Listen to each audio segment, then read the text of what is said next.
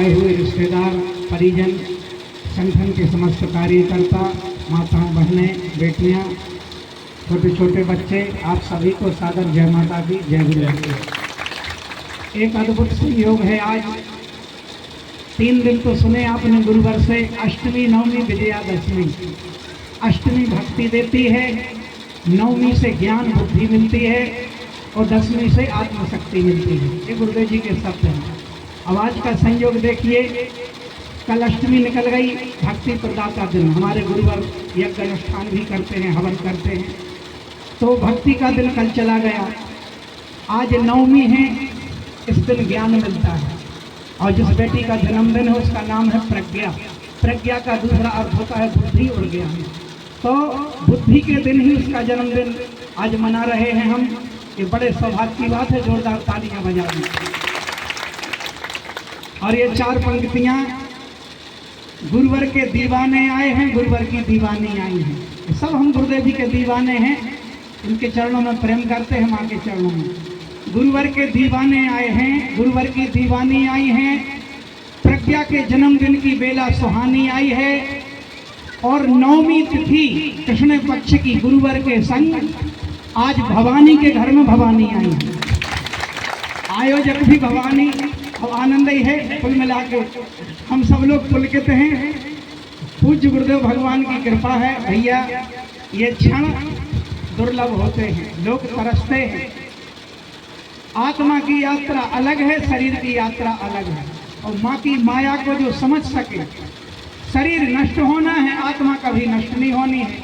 और दोनों को माँ ने मिला दिया। अब वो जाने ऐसा क्यों किया। मैं तो कहता हूँ माँ, जब आत्मा अमर थी तो शरीर को भी अमर कर देती। नहीं, शरीर मरेगा, आत्मा नहीं मरेगी।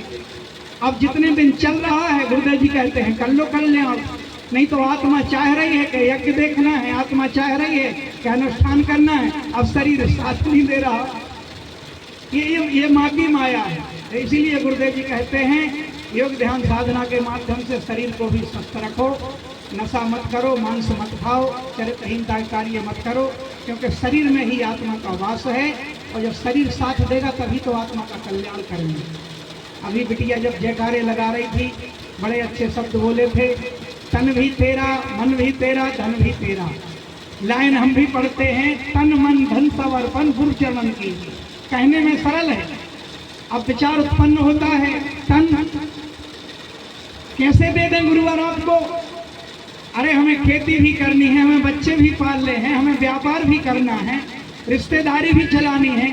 अब तन तुमको दे दिया तो गुरुदेव जी हम ये काम कैसे करेंगे। अभी भाव वो नहीं आया। गुरुदेव जी कहते हैं इस तन से जो करना है वो करो। एक भाव तो ले लो कि गुरुवर ये तन तुम्हारा है, और इस तन से मात्र व्यापार इसलिए कर रहे हैं ताकि हम अपना परिवार के कार्य संचालित करके और आपके जंजाल के कार्य कर सकें, ताकि हमारी आत्मा का कल्याण हो और समाज का भी कल्याण हो। तो ये तन तुम्हारा है, भाव बदल गया। धन बड़ी समस्या है, कैसे दें धन। अगर कहीं तन मन धन समर्पण, अब धन दे देंगे, हम क्या करें। विचार आते हैं लोग। गुरुदेव जी कहते हैं बेटा ये धन तुम अपने ही उपयोग में करो। भाव तो लेकर देखो कि माँ मेरे घर में जो भी धन रखा है वो मेरा नहीं है, वो आपका है। बस मैं उपयोग इसलिए कर रहा हूँ ताकि मैं सही रहूँ, तो मैं अपना भी कल्याण कर सकूँ और समाज का भी कल्याण कर सकूँ, जनजाण के कार्य में लगा सकूँ। तो धन भी तुम्हारा, तन भी तो उपयोग तुम ही करोगे। भाव तो बदलो। अब सबसे खतरनाक चीज मन। दे दो गुरुदेव जी को, नहीं दे पाते, बैठे साधना में हैं, याद खेती की आ रही, याद झगड़ा की आ रही। उसने तो गाली दी थी। हम फलाने रिश्तेदार हमारी बिटिया की शादी में कुछ नहीं लाए थे, दिमाग कहाँ जा रहा है वहाँ। मन दे दो। अब 3 चीजें सरल है बिल्कुल, लेकिन लगेंगी कठिन। गुरु निर्देश से सब कुछ संभव है। तो तन मन धन सब अर्पण गुरु चरणन कीजिए। और इतना कर दिया तो अगली लाइन कहती है ब्रह्मानंद परम पद मोक्ष गति लीजिए। फिर कोई बाधा नहीं है माँ के मिलने में और परम धाम के मिलने में। ये वही यात्रा है। हमारे भाई बहनों ने सटीक शब्दों में पूरी विचारधारा आपको बता दी है। यही निवेदन है, पटेरा तहसील संगठित होकर और कार्य करें। एक छोटा सा भाव आ जाता है, बस भाव समझ जाना मेरा। जो भाव में बताना चाहता हूँ, गुरुवर सम्मुख विराजे हैं। मेरे बारे में आपकी क्या राय है ये महत्वपूर्ण नहीं है। मेरे बारे में आपकी क्या राय है ये महत्वपूर्ण नहीं है। ये गुरुदेव जी कह भी चुके हैं कि तुम बस मेरे मार्ग पर बढ़ते जाओ। कौन तुम्हारे बारे में क्या सोचता है इसका तनाव तुम मत लो, माँ पे छोड़ो। सब लोग अच्छा थोड़ी सोचेंगे। अब तो कुछ लोग मुझे नकली कहते हैं, अब क्या जवाब दूं? मैंने कहा नकली आंखें होंगी तो नकली दिखाई देगा, और क्या देखना है भाई, और देख लेना। गुरु आदेश होता है। पिता ने 2 चांटे जड़े बेटा को, भाव समझना सभी पदाधिकारी, ये बात कह के ही जाऊंगा, मुझे कहनी थी बहुत पहले, बीच में अस्पष्टता नहीं आ पाया, नहीं तो और आ जाता बीच में। पिता ने 2 चांटे मारे बेटे को, क्यों? गलती की है इसलिए 2 चांटे मारे, और माँ से कह दिया कि इसको रात भर खाना मत देना, और गारंटी है कि सवेरे बेटा सुधर जाएगा। वो जो 2 चांटे मारेगा नहीं सुधर जाएगा, लेकिन अभी बिगड़ेगा। क्यों? 12 बजे रात में माँ की ममता पीछे के दरवाजे से 4 रोटी पकड़ा देती है, फिर बिगड़ जाएगा। पिता ने मारे चांटे, माँ ने खाना खिलाया, बेटा कहता है ये सही है। पिता ने मान लिया तो मान लिया, माँ ने तो खिला दिया, अब वो सुधरने वाला नहीं है। गुरुदेव जी अगर किसी से कहते हैं कि दूर रहो कुछ दिन के लिए, तो उसके कल्याण के लिए कह रहे हैं, ये समझने में भूल कर देते हैं। हम कुछ दिन के लिए संबंध नहीं तोड़ पाते। मैं डंके की चोट पर कहता हूँ, मैं जिसका प्रचार करता हूँ, जिसके लिए गुरुदेव जी का आदेश होता है, रंच मात्र भी छल कपट में नहीं करता। और जब गुरुदेव जी का आदेश होता है तो मैं दुश्मन की नजर से भी देखता हूँ। मैं गुरुदेव जी का हूँ, तुम्हारा थोड़ी हूँ।